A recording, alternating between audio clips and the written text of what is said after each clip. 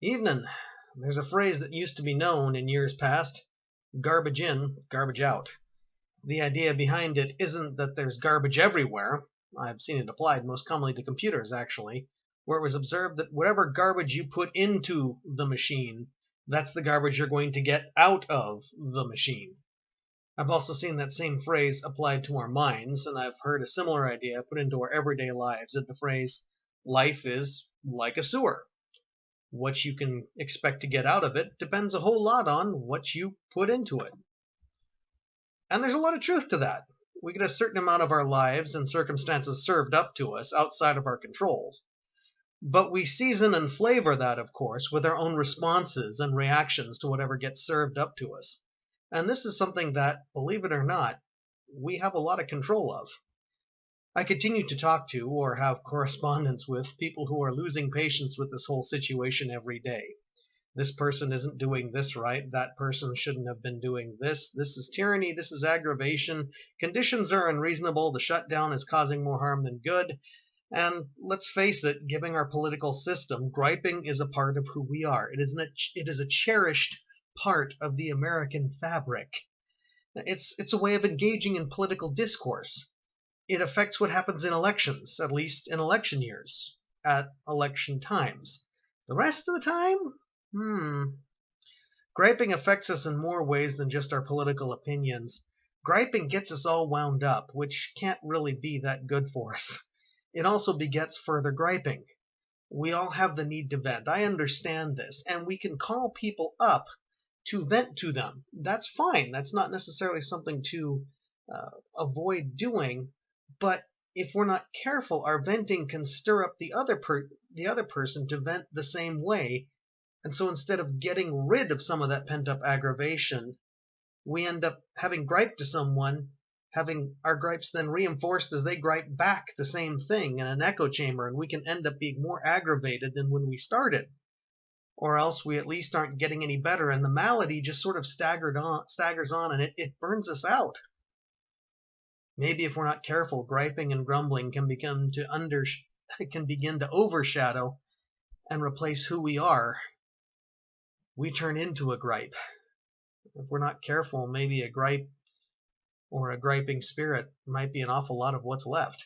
This may not happen all at once, and it may not end up eclipsing all of us, but it may end up eclipsing whole sections of us. And stopping grousing and griping once we get started, that can be really, really hard. The thing is, whether you like the shutdown or you don't like it. All right, I'd have to say I have yet to encounter anyone who actually likes it. Most people I know either find it annoying but justified, or they find it some kind of unjustified indignity on some kind of continuum from annoying and unjustified down to dangerous, down to insert obscenities here. Whether you find it justified or not, you haven't been asked to vote on it. Neither have I. And the news outlets and social media, those aren't political forums where your opinions actually matter. In fact, our direct opinions on current events really only matter in the political arena around election time. Maybe we should primarily focus our opinions of policies and actions and politicians to just around those times, and keep just sort of half an eye on them the rest of the time. Maybe also, since we cannot control one bit of the shutdown, and we can't control one bit of the shutdown, the governor isn't calling me up for my input, and I'm guessing he hasn't called you up either. Maybe we should just not waste the emotional time or energy on whether or not this is what we want, or whether or not this is what we would choose. Maybe the thing to do, instead of looking down or looking around, is to continue to look up. The Apostle Paul, a little bit further down in Philippians than I have previously cited, had an outlook that I think is relevant to right now. In his context, he was dealing with people who were boasting in who they were, and Paul said that he personally would rather boast in Jesus than about his own self. He wanted to know Christ, and he was all excited about looking towards Christ. And here is the perspective that I find most relevant. Perhaps it's a repetitious theme I keep returning to, but it keeps seeming to be needed. Paul looked forward to the day that he would fully be renewed in Jesus, the new life to come, but realizing he hasn't gotten there yet, nevertheless, he spends his time and his life looking up and looking towards that. One thing, he says, that I do, Forgetting what is behind and straining towards what is ahead, I press on towards the goal to win the prize for which God has called me heavenward in Christ Jesus.